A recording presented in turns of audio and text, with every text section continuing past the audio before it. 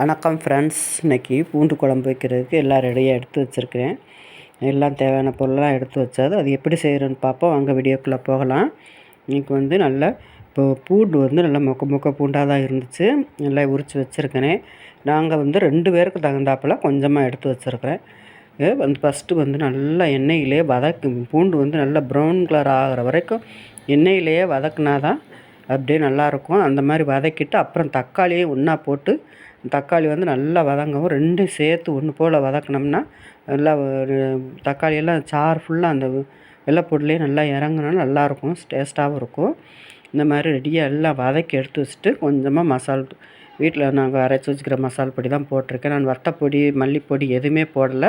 வீட்டில் மிளகாப்பொடி மசால் பொடி அரைச்சி வச்சுருக்கோம், அதை வச்சு தான் இன்றைக்கி வைக்க போகிறேன். எல்லாம் போட்டு ரெடியாக வதக்கி எடுத்தாச்சு. நல்லா வதக்கி எடுத்துகிட்டு அப்புறமா மசால் பொடி போட்டு கொஞ்சம் நேரம் தண்ணி வச்சு கொஞ்சமாக தண்ணி ஊற்றி மூடி போட்டு வேக வச்சிடலாம். இது வேகிறதுக்கு முன்னாடி நம்ம தேங்காய் அரைச்சிட்டு வந்துடலாம்.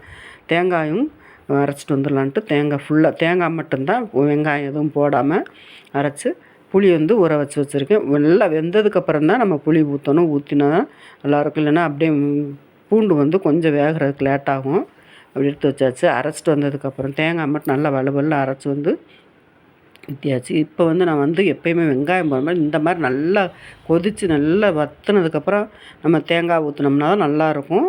அப்படியே வெள்ளைப்பூண்டுலேயே எல்லா மசாலாலாம் நல்லா இறங்கியிருக்கும். இப்போ தேங்காய் அரைச்சி ஊற்றியாச்சு.